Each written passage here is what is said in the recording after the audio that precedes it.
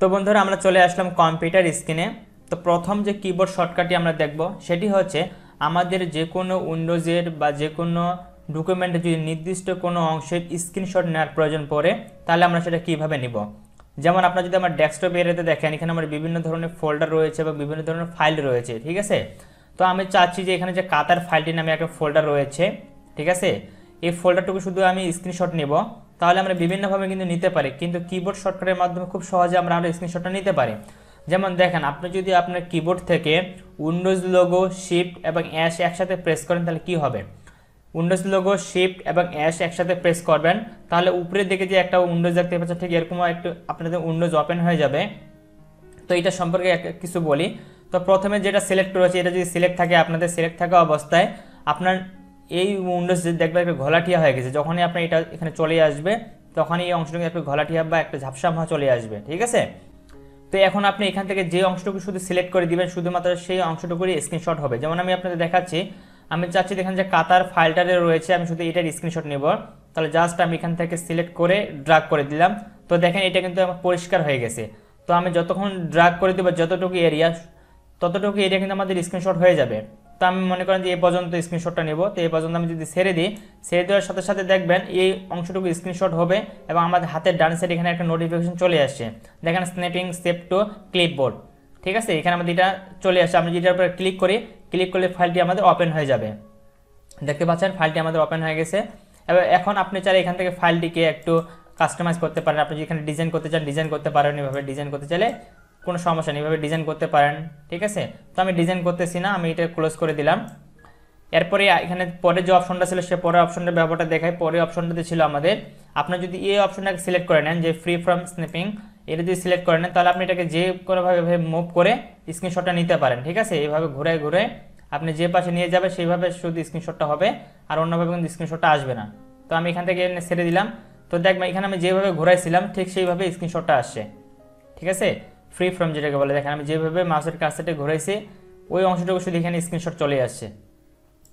তো এরপরে যে অপশনটি রয়েছে আমি সেই অপশনটি দেখা দিচ্ছি আপনাদের। এরপরে যেটা রয়েছে সেটা হচ্ছে আমাদের উইন্ডোজ স্ন্যাপিং, অর্থাৎ আমাদের এখানে যে উইন্ডোজটি রয়েছে আমরা যে উইন্ডোজ অনুযায়ী নিতে চাই এখানে উইন্ডোজ অনুযায়ী আমরা নিতে পারি, ঠিক আছে। দেখেন আমাদের উইন্ডোজ কিন্তু হয়ে গেছে। এরপরে যেটা রয়েছে এটা হচ্ছে ফুল স্ক্রিন। আমি যদি ফুল স্ক্রিন ক্লিক করি তাহলে আমাদের ফুল স্ক্রিনটা এখানে হয়ে যাবে। দেখেন ফুল স্ক্রিন হয়ে গেছে। আমি যদি ক্লিক করি তাহলে দেখেন ফুল স্ক্রিনের আমাদের স্ক্রিনশট হয়ে গেছে। তো এটা হচ্ছে আমাদের নির্দিষ্ট কোনো অংশকে স্ক্রিনশট নেওয়ার প্রক্রিয়া।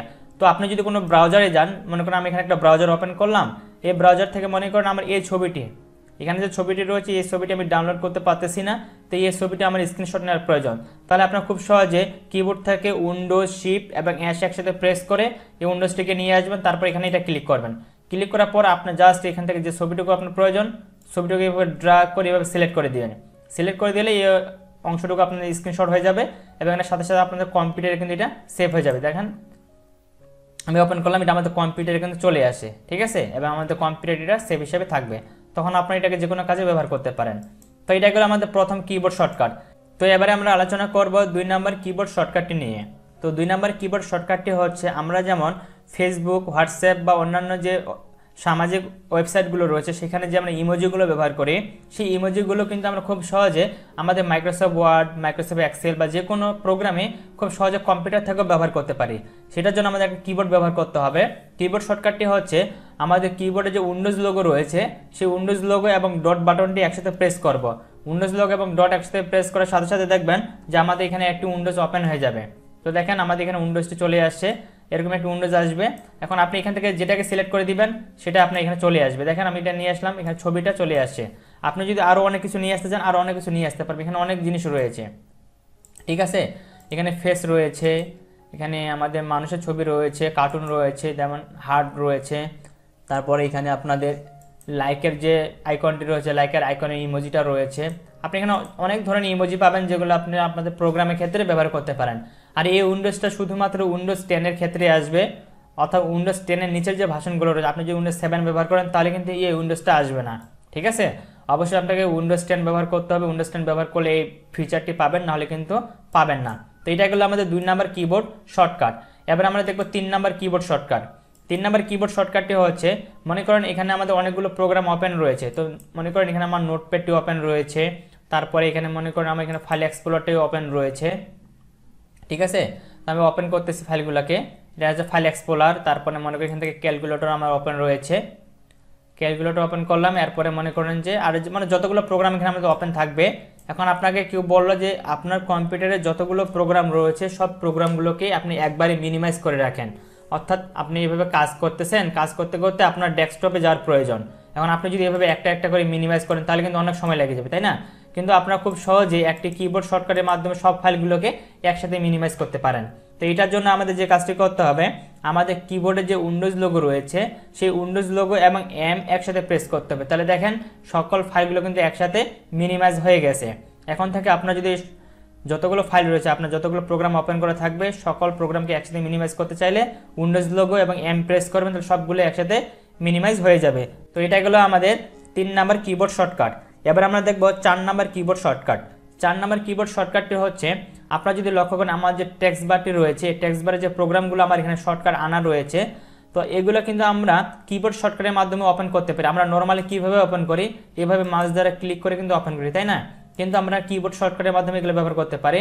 তো কিবোর্ড শর্টকাটের মাধ্যমে ব্যবহার করতে হলে এখানে আমাদের একটি জিনিস মাথায় রাখতে হবে, আমাদেরকে এখানে একটি সংখ্যা মনে রাখতে হবে যে আমাদের কোন পাশ থেকে প্রোগ্রামগুলো ওপেন করব। যেমন প্রথমে যেটা আছে এটা হচ্ছে আমাদের 1 নাম্বার, তারপরে এটা হচ্ছে 2 নাম্বার, এরপরে 3 নাম্বার, এটা হচ্ছে 4 নাম্বার, এটা 5 নাম্বার, এটা 6 নাম্বার, ঠিক আছে। তো দেখেন আমি যদি কিবোর্ড থেকে উইন্ডোজ লোগো এবং 3 একসাথে প্রেস করি তাহলে আমার এখানে ক্যালকুলেটর যেটা রয়েছে ক্যালকুলেটরটা কিন্তু ওপেন হয়ে যাবে। অবশ্যই আপনাদের নাম্বার যে কিটা রয়েছে নাম্বার কিগুলো কিন্তু প্রেস করতে হবে। তো দেখেন আমি উইন্ডোজ লোগো এবং 3 প্রেস করলাম, 3 প্রেস করার সাথে সাথে এখানে আমার ক্যালকুলেটরটা কিন্তু ওপেন হয়ে গেছে। এবার এখানে দেখেন এখানে আমাদের ফাইল এক্সপ্লোরার রয়েছে, তাই না? আমি মাউসের কাছাটি ফাঁকা জায়গায় রাখলাম। এখন আমি যদি ফাইল এক্সপ্লোরার আমার কত নম্বরে রয়েছে, 2 নম্বরে রয়েছে। আমি যদি এখন উইন্ডোজ লোগো এবং 2 একসাথে প্রেস করি তাহলে দেখবেন আমার ফাইল এক্সপ্লোরারটা কিন্তু ওপেন হয়ে যাবে। অর্থাৎ আমাদের কাজকে দ্রুত করার জন্য এই কিবোর্ড শর্টকাটগুলো আমাদের জানা প্রয়োজন। আপনি যদি এখন 1 নম্বর যে প্রোগ্রামটি রয়েছে নোটপ্যাডটাকে যদি ওপেন করতে চান তো দেখেন আমি উইন্ডোজ লোগো এবং 1 প্রেস করতেছি, তো নোটপ্যাড আমাদের ওপেন হয়ে গেল, ঠিক আছে। তো এটাই গেল আমাদের 4 নম্বর কিবোর্ড শর্টকাট। এবার আমরা দেখব সর্বশেষ কিবোর্ড শর্টকাট। সর্বশেষ কিবোর্ড শর্টকাটটি হচ্ছে, মনে করেন আপনারা একটা ব্রাউজারে গেছেন, ব্রাউজারে যাওয়ার পর কোনো একটা নির্দিষ্ট জিনিসকে আপনারা দেখতেছেন কিন্তু আপনি ওই লেখাটাকে বুঝতে পারতেছেন না। এখন ওই লেখাটাকে আমাদের জুম করে দেখার প্রয়োজন হতে পারে, তাই না? তো জুম করতে চাইলে আমরা বিভিন্নভাবে জুম করতে পারি, কিন্তু কিবোর্ড শর্টকাটের মাধ্যমে আমি আপনাদের দেখাবো যে কীভাবে জুম অপশনটি করতে হয়। আপনি যদি উইন্ডোজ লোগো মনে করেন এখানে যে মোর লেখাটি রয়েছে, আমি মনে করেন যে মোর লেখাটি বুঝতে পারতেছি না, এটাকে আমি জুম করে দেখব, তাহলে আমরা কিবোর্ড থেকে উইন্ডোজ লোগো এবং আমাদের যে প্লাস বাটনটি রয়েছে এই দুটো একসাথে প্রেস করব। তো দেখেন আমি উইন্ডোজ লোগো এবং প্লাস একসাথে প্রেস করলাম, প্রেস করার সাথে সাথে দেখবেন যে আমার এখানে একটি অপশন নতুন করে ওপেন হয়ে যাবে। তো দেখেন এখানে একটু এরকম একটা উইন্ডোজ চলে আসে। এখন এই উইন্ডোজে এখানে দেখতেছে প্লাস বাটন, আমি যদি প্লাস বাটনে ক্লিক করি তাহলে দেখবেন এই মোর অপশনটা কিন্তু আমাদের জুম হচ্ছে, অনেক বড় হয়ে যাচ্ছে, ঠিক আছে। আমরা এটা যত বাড়াবো তত এটা জুম হবে, যত বাড়াবো তত কিন্তু জুম হতে থাকবে, ঠিক আছে। দেখেন এখন কিন্তু এই অংশটা অনেক বড় করে দেখা যাচ্ছে। এখন মনে করেন এটা যদি জুম আউট করার প্রয়োজন পড়ে আমরা মাইনাসে ক্লিক করব, মাইনাসে ক্লিক করলে এটা কিন্তু আমাদের জুম আউট হয়ে যাবে। সর্বনিম্ন আমাদের 100% এবং সর্বোচ্চ 5000 পর্যন্ত আমরা জুম ইন করতে পারি। আপনারা যদি আপনার ডেস্কটপটাকে জুম করে দেখতে চান এটা কিন্তু দেখতে পারেন। জাস্ট আপনি কিবোর্ড থেকে উইন্ডোজ লোগো এবং প্লাস প্রেস করবেন, ঠিক আছে, তাহলে এরকম উইন্ডোজটা চলে আসবে। তারপর প্লাস এখানে ক্লিক করবেন, তাহলে যে অংশটুকু আপনার জুম করে দেখতে চান এভাবে শুধু জুম করে দেখতে পারেন, ঠিক আছে। এভাবে আপনার প্লাস এখানে ক্লিক করবেন আর বড় করে দেখবেন উইন্ডোজটাকে, যে কোথায় কী আছে না আছে এভাবে বড় করে দেখে নিতে পারেন। তো এটাকে আমি মিনিমাইজ করে দিচ্ছি। তো বন্ধুরা এই ছিল মূলত আজকের এই টিউটোরিয়ালের বিষয়। আশা করি আপনাদের ভিডিওটি ভালো লেগেছে। যদি ভিডিওটি ভালো লেগে থাকে অবশ্যই ভিডিওটিতে একটা লাইক করবেন, কমেন্ট করে জানাবেন কেমন হয়েছে, আর পরবর্তীতে কী ধরনের ভিডিও চান সেটা অবশ্যই কমেন্ট বক্সে কমেন্ট করে জানাবেন।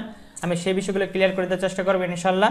তো আপনাদের সকলের সুস্বাস্থ্য কামনা করে আজকে ভিডিওটি এখানে শেষ করতেছি। সবাই ভালো থাকবেন, সুস্থ থাকবেন, দেখা হবে নেক্সট ভিডিওতে। আল্লাহ হাফেজ।